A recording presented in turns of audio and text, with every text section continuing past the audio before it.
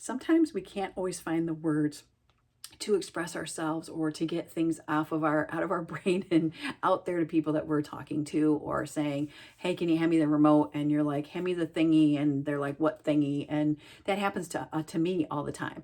My husband, he is amazing. He can remember, or he can come up with words that I'm trying to say, but I'm getting them out so fast that it comes out with pencil instead of dog, or it just, we laugh about it. We laugh about it because he goes, you just get so excited and it's in your head and you just can't get it out quick enough. And when you get it out too quick, your words are kind of, misconstrued, or just not, not the word you want it to be.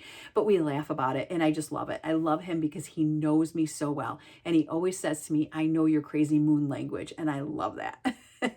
So when we have a loved one that maybe can't find their words, just give them pause, give them a moment to try and regroup, to try and figure things out. We want to give them that independence and that dignity and that kindness. When you're out there and somebody's always putting words in your story or answering for you, how does that make you feel? That you're not even heard, that you don't even matter. We want to make sure that we give them those times, give them maybe some small cues on maybe some words, or help them to come to the word that they're looking for. And also share personal stories. Like me, I can just tell people, look, I know that you're probably having difficulty with your words. I have difficulty all the time with my words, right? Now, with my dad, he would have issues with his words sometimes, but it wasn't finding the right words. It was because he was so out of breath or so exhausted and having a hard time. And he would get really upset because people would talk over him, and he would try and get something out, or a question, or talk to people, and people would just talk over him. And I would sometimes kick my brother under the table because I was like, oh, stop talking. Like, give dad a second. He gets so upset, and it takes so much energy out of someone that is not feeling well or is sick.